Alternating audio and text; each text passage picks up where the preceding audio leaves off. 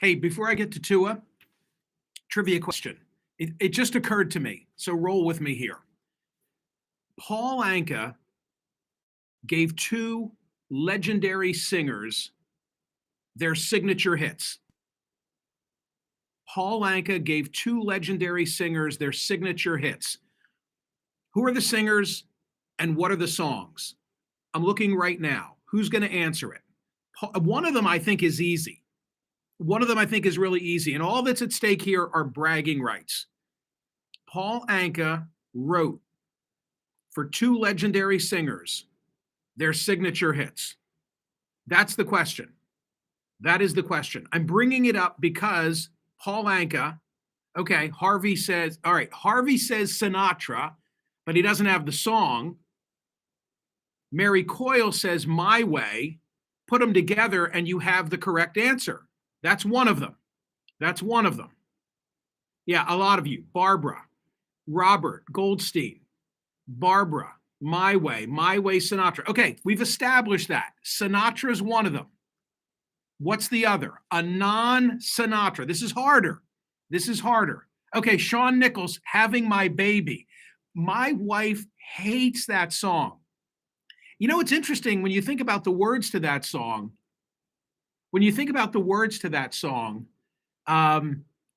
Having My Baby. Oh, I hope I can do this from memory. What a lovely way of saying how much you love me. And then think about this in a post Roe versus Wade Dobbs world. By the way, none of you have the answer yet so far. Did you ever think of the words to Having My Baby? I won't sing it.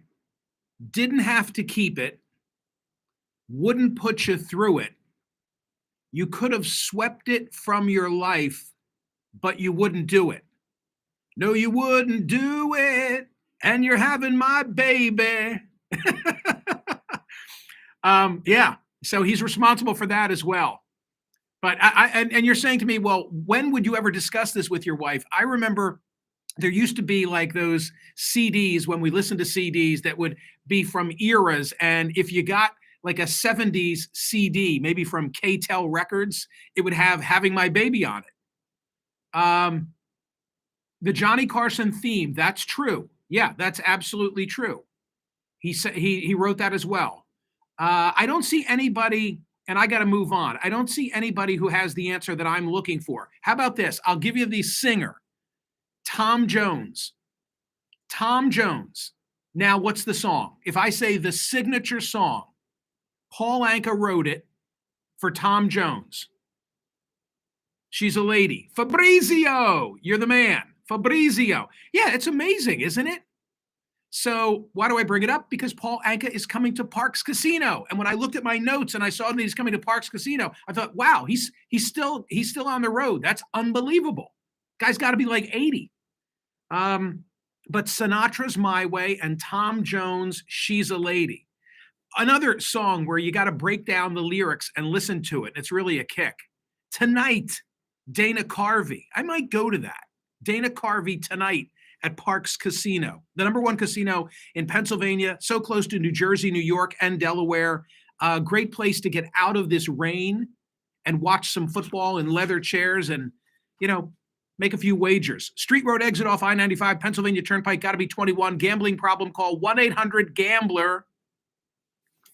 So back to this guy, if I can. I'll tell you a quick story, if I might. My brother is 4 years older than I am, and we went to the same junior high school. Now they would say middle school, but we went to the same junior high school, Hollycong Junior High School. So this was in the 70s for both of us. My brother was actually in the very first class when the school was built. Public school, beautiful, modern. And I can remember him going and things were still in cartons. Like it was that fresh and it was that new. We both were quarterbacks for Hollycong's football team. Again, he was 4 years ahead of me. He could really throw a spiral. I never could. I mean, he had a gift of throwing a spiral. We had the same football coach. His team was terrible. My team was a standout. He was a better quarterback than I was. but he was really good, but on a shitty team. And I was mediocre, but on a phenomenal team. And football was a big thing in our house growing up because our father was a high school and college referee. I mean, every weekend, my dad was refereeing multiple football games. So it was big in our house and it was expected that you would play. I think it was a disappointment to my dad that in my senior year of high school, I didn't play. But back to junior high, my brother, 4 years ahead of me, football then had a great schedule when you were in junior high school. You would practice Monday, Tuesday, Wednesday. The games were Thursdays, and you had off on Friday. So my brother's football games were on Thursdays, and my mother, my father, myself, we would go to the games. And we actually had a tradition at the time where on game days, we would then, after his game, we would go out to dinner and we would eat at a place called Pat Ferry's Bar, which no longer exists as Pat Ferry's Bar. But I was on Route 611 recently, and I think I saw the building that used to be Pat Ferry's Bar. Well, my brother in 8th and or 9th grade, definitely in 9th grade, had a series of concussions. He had a series of concussions. But of course, we didn't call it a concussion then, right? We said that he had his bell rung. He had his bell rung. And I haven't discussed this with my brother. I'm going to this weekend. But I have a recollection of him after one of the football games, not going to Pat Ferry's Bar to, eat cheeseburgers and pizza, but coming home and laying on the sofa in our living room because he'd had his bell rung. And the solution to him having recurring concussions was, I remember this so well, he got a better helmet. And it was probably, something that my father engineered. He got a Riddell, Riddell, Riddell. I mean, now the pros wear them. But at the time, my brother was the only one who had one. And it stuck out like a sore thumb because Holly Kong's colors were green and gold. And so all of us had gold helmets with a green stripe down the middle, except my brother who had a white helmet. And I have this picture of my father and my brother standing on the sideline having a conversation during the game. And what stands out to me is, oh yeah, there's that white helmet. There's that white helmet. There was never a question as to, whether he would continue to play. Instead it was, well, we got to get him a better helmet. Like, oh no. And it makes me think of like the helmets that the rest of us were wearing at the time. The helmets that the rest of us were wearing at the time were, what do I want to say? They had these like grommets on them. You would push in the pads so you could like assemble the interior of your helmet. But they were never safe. They were never, I know what you're saying. You're saying, yeah, Michael, that explains a lot about you today. I have long believed that suburban moms wouldn't necessarily be the death of football, but we're going to seriously curtail the pipeline. And that's what I think of. Well, I think of a lot of things. When I think of Tua Tagovailoa, I think Tagovailoa. And you know the facts of this case by now, where he was injured last Sunday in the game against the Bills, and you saw him get up all disoriented and wobbly, and he said that it was like a hyperextended back. Hell no. And then 4 days later, Monday, Tuesday, Wednesday, Thursday, another game against the Bengals, he gets sacked, he gets thrown down to the turf. By the way, I don't think that either of those hits was a cheap shot, and that's something else that's of interest. And of course, everybody says, well, why the hell was he even playing in that second game? And I hope he's okay. And I'm sympathetic to the idea that he's worked his tail off to get where he is and has to worry. I mean, what's the average lifespan of an NFL player? It isn't Brady. Okay, Brady's the aberration. It's not the norm. I think the norm is you get 3 or 4 years if you're lucky. So I'm sure he wants to earn everything he can earn in those 3 or 4 years. Chris Nowinski, you know that name. He's going to be on the radio show on Monday, as a matter of fact. He's the neuroscientist who specializes in CTE. He put out a message about all this and said, fire the medical staffs and the coaches. I predicted this, and I hate that I'm right. 2 concussions in 5 days can kill someone. This can end careers. How are we so stupid in 2022? And then he added, you guys should all go to jail for letting him play 5 days after an obvious concussion you covered up. If he dies from second impact syndrome, I'm pushing for murder charges. And I think he then removed that. I take no pleasure in being right. Pray for Tua. We saw this coming. Get angry, get involved. Make sure the NFL can't do it again. It sure does raise questions about what kind of a screening he had. The protocol, as I understand it, is as follows. Under the league's concussion protocols, players displaying instability after a hit are evaluated by both the team doctor and an independent neurologist who is hired by the league but not on team staff. We have 3 sons. Only one of them played football. I never told them not to play football. One of them played football. Guess what happened to him? He got a concussion. There was a guy on the opposing sort of crosstown school who was just a beast.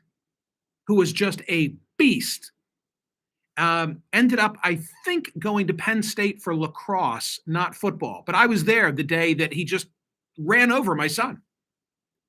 And that was pretty much the end of it. Our boys didn't stay away from it because we told them not to. But I sure wasn't disappointed that they didn't play football. If I had younger kids today, if we had younger kids today, I mean, I get it. This is the NFL, and these guys are 6'5" and 300 pounds and so forth. Would I want them playing football? No, I wouldn't. Would I tell them they couldn't? I don't know. But I think that the pipeline, to go back to where I started, I think that the pipeline for football players is going to be restricted by moms. And that you might see something happen in football that has happened in other sports, most notably boxing, which is that it becomes the sport of the players from a particular community for whom it's a possible escape from where they've been raised, socioeconomic speaking. So it's just sad, and it's such a it's such a preventable thing. Not the first one, perhaps, but the second incident should never have happened because he should never have played in that game. And I worry about him long term. Somebody brought up on the radio program this week Mike Webster from the Pittsburgh Steelers. You remember Mike Webster, that sort of burly center? It didn't end well for him. And it makes me wonder about those among us that had concussions back in the day. And how are they today? Forget the NFL players, forget the college players. Just, what about those like my brother who were prone to having concussion? And then, they didn't become college or professional football players. And I saw the comments from some of you here. Somebody said, hey, my son played football. My daughter played soccer. She's the one who got the concussions. I get it. Stuff happens. The heading of the ball, I think, is particularly dangerous in soccer. Okay, the postscript to the story is, thank you for allowing me to tell this story, by the way. So the postscript to the story is that my brother's team, advances from Hollycong Junior High School. They all go on to Central Bucks East.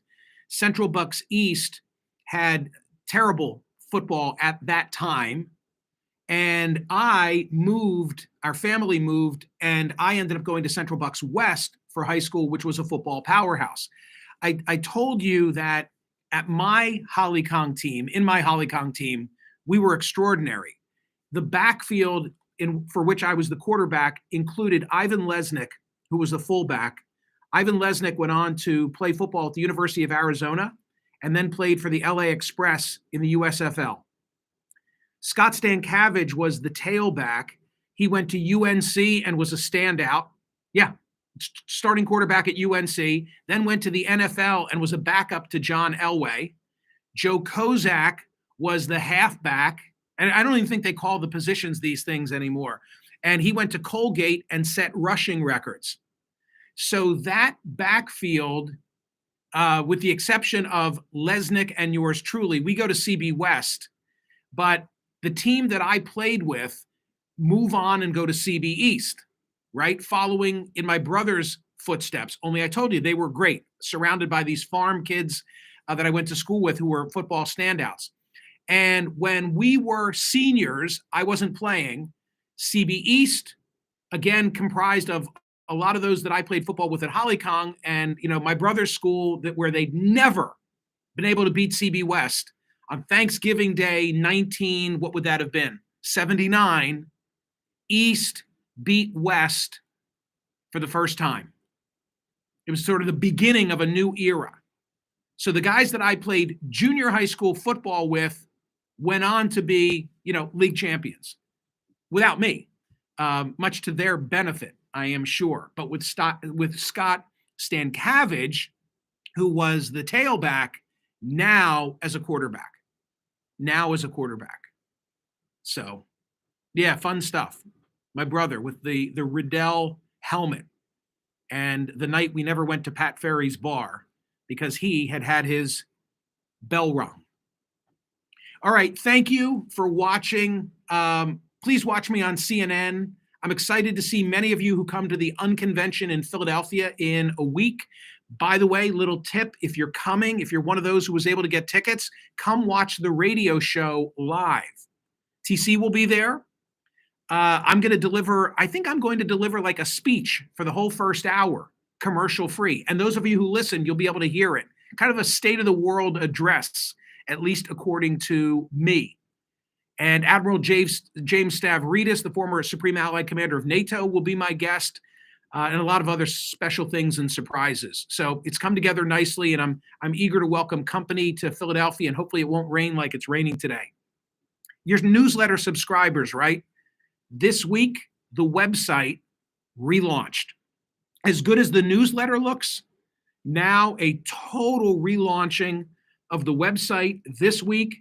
Very time-consuming and, dare I say, very expensive. But it looks really good, and you're going to love it because not only is the content good, but it'll be so much easier to vote on the daily poll question without having to run a gauntlet of ads. So go run the gauntlet of ads just a few more times because by Wednesday, the new website is going to be launched. See you, everybody.